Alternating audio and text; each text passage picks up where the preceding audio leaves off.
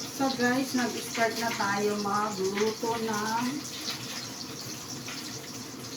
carbonara.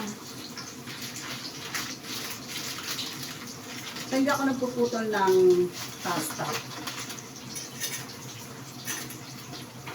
Hindi ko yan inaano.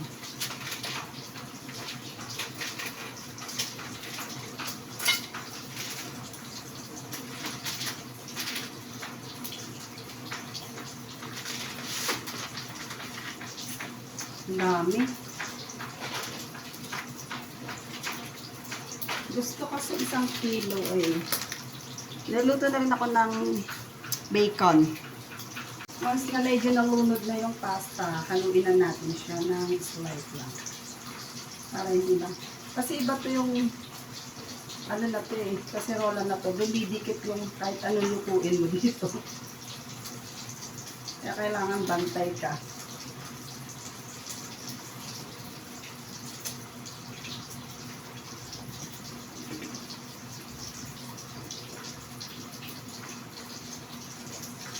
Usually, naluto ko ng pasta is al dente, pero hindi sila masyado sa ganong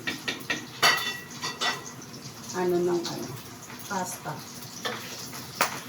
So, medyo, hindi naman natin totally iluluto ng bongga.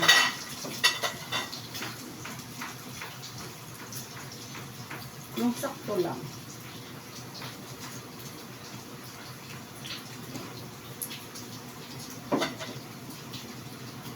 So guys, huwag nyo nang pansinin yung naghuhugas sa lilit ko.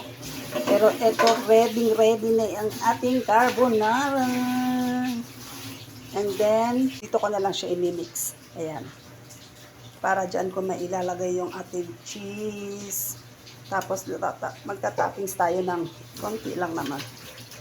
Ayan. So, let's do it. Let's do this pala. Habang nandito tayo sa lababo, ayan, o, diba?